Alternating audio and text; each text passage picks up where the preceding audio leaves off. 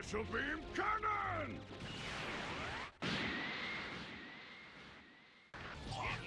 Hi, my name is Alex and I welcome you to today's video.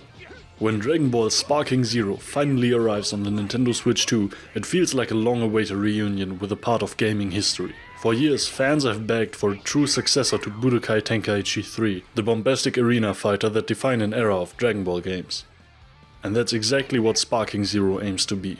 A modern revival of chaotic, high-flying, planet-busting battles reimagined for a new generation of hardware. On paper, the Switch 2 version promises all the excitement in a portable form, but the reality is a mix of thrill and compromise. At its best, the game is pure spectacle. The sheer scale of the roster is staggering, with nearly every character you could name from across the Dragon Ball saga, from the original series to Super and beyond. It's a celebration of the franchise's absurd scope, and seeing these characters collide in vast, destructible arenas still sparks the same kind of childish glee that the old games once did. The story mode stitches together key moments from the anime.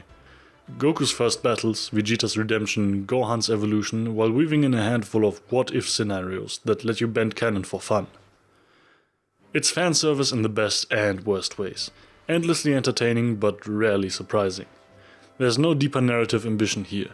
No emotional weight behind the punches, just a lovingly animated highlight reel of Dragon Ball's greatest hits. Oh, Kakarot.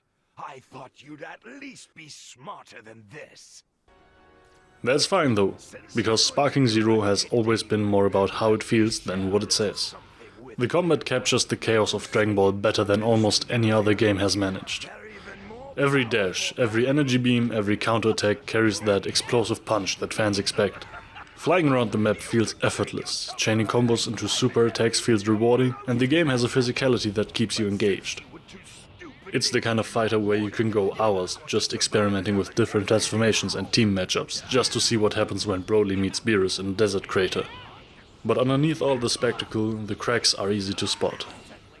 With more than 180 fighters, balancing them all is basically impossible, and it shows. Some characters dominate online play, while others are almost irrelevant. And while that kind of imbalance might be nostalgic to older fans, it makes for a seriously frustrating multiplayer experience. The single-player content, meanwhile, feels like it could have used more structure.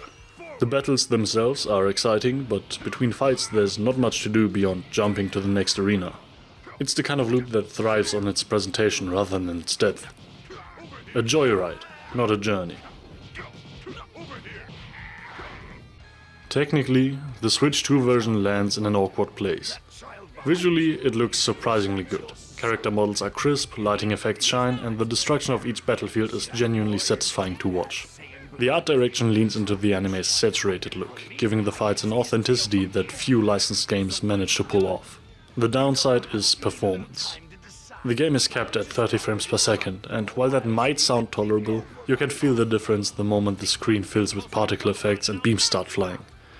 It's not unplayable by any means, far from it, but you're always aware that this version is a step below the PlayStation 5 and Xbox Series X and S versions. In handheld mode, the visuals hold up well enough, though resolution dips and occasional blurring remind you of the compromises made to keep the game running. And yet, for all its technical limitations, there's something undeniably fun about having Sparking Zero on a Nintendo system again. The pick-up-and-play nature of the Switch 2 suits the game's energy perfectly. Boot it up, pick 2 overpowered Saiyans and blow up a mountain. It's hard not to smile at that. It's the kind of experience that thrives on pure nostalgia, and it delivers in spades. In the end, Dragon Ball Sparking Zero on the Switch 2 is a love letter to a franchise that occasionally stumbles over its own ambitions. It's fast, flashy, and unapologetically loud. But it also feels like a missed opportunity to push the hardware further. The fights are thrilling, the presentation is top-notch, but the technical ceiling and shallow single-player keep it from greatness. Still, for fans who grew up with Tenkaichi 3 and want to relive that kind of wild, over-the-top chaos on the go, this version does exactly what it needs to. It's not perfect, but it's pure Dragon Ball, and sometimes that's more than enough. For these reasons, I rate Dragon Ball Sparking Zero for the Nintendo Switch 2 a 7.5 out of 10. Thanks for watching. If you have any comments or questions, feel free to leave them below. If you liked it, we would be very happy about a like and a subscription.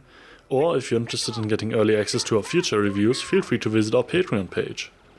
Are you insane? Closed doors, I'm a fool for your love.